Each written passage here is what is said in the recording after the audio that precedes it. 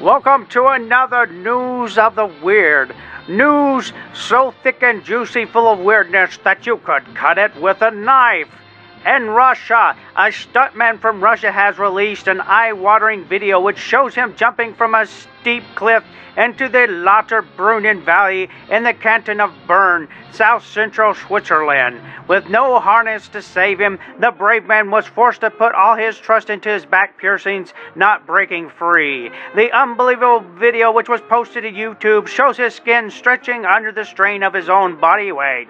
Tensions are high as he dangles from the flesh of his own back for several minutes before landing safely in a field. This is a result of a vision that Stanislav Aksenov has for molding two extreme activities into one freakish sport. If you want to call it a sport, the video captions Ray.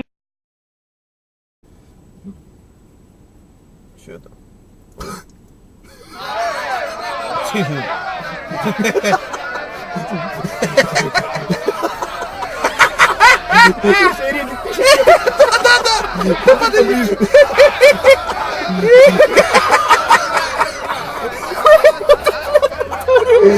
Тёма, ты удачно проснулся. Немножко отлетела.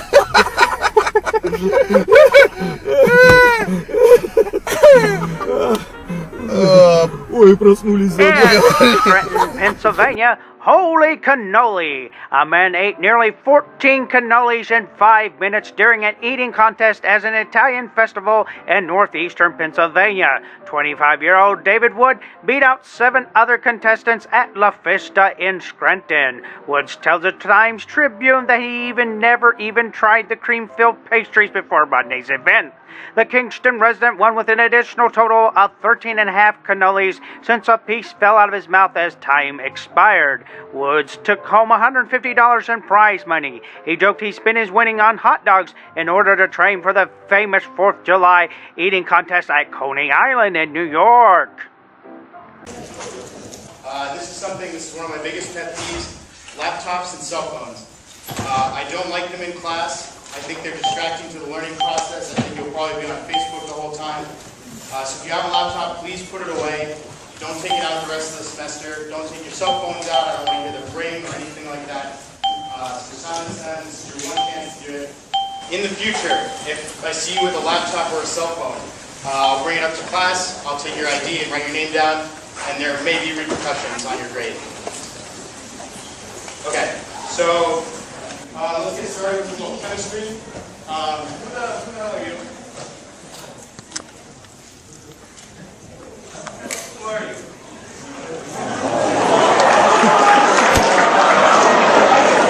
In Massachusetts, Chicopee, Massachusetts, a Massachusetts state trooper noticed something a little odd about the license plate she spotted on a car on Interstate 391 in Chicopee. Upon closer inspection, there was a lot odd about it. The license plate on the car pulled over about 7:30 a.m. Tuesday was actually just a piece of cardboard in a poor attempt to replicate a real Massachusetts license plate. The letters and numbers were crudely drawn with a red marker. The word Massachusetts and the phrase "the spirit of America" were written in the appropriate places in blue pen. The 20-year-old woman driving the vehicle is charged with driving with a suspended license and attaching false plates.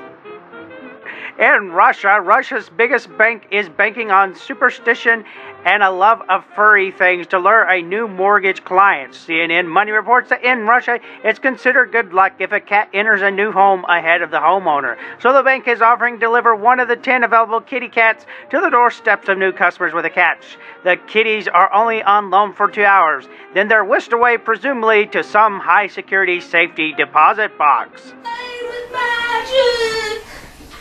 Boy, you should know what you're falling for. Break me to your daddy. Ah! Dad, are you kidding me?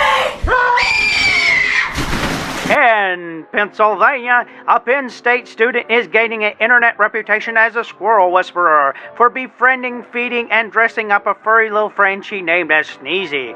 Junior Mary Krupa tells WJAC-TV that she's able to dress up the squirrel in party hats or get Sneezy to hold doll-sized props simply by feeding the animal. Krupa and Sneezy's exploits are chronicled in a Facebook page titled Sneezy the Penn State Squirrel. So far, the squirrel is proving quite popular. Its Facebook page has more likes than a page dedicated to the school's official mascot, the Nittany Lion.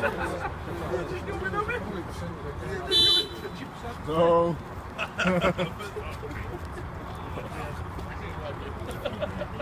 What a fucking knob. What an animal. And finally, NBC News finally reports that a 3-year-old Great Dane was miserable and retching when its owners rushed him to a Northwest Portland emergency animal hospital. Turns out it was something he ate. X-rays showed a stomach full of a large quantity of foreign materials. Nearly 2 hours of surgery later, Dr. Ashley Maggie had the answer. The dog had consumed 43.5 socks. Dove Lewis Emergency Animal Hospital spokeswoman Shauna Hart said it's perhaps the strangest case in the hospital's history. The Oregonian reports so strange that the hospital entered last February's lake complete with x-rays in an annual contest sponsored by the Vet magazine, Veterinarian Practice News, and won a prize. Fittingly enough, the contest is called They What? Even stranger, the 1,500 first place winner was a Plano, Texas animal hospital that treated an exotic frog that ate more than 30 small ornamental rocks from its cage. The Dove Loose interest summary says a Great Dane was discharged a day after surgery. Hatch says the owners aren't available for comment, but she confirms the dog is alive. No word on what he's even eaten lately. And those are your news of the bazaar. Come back for more strange and weird news right here on the Biff Burrows channel.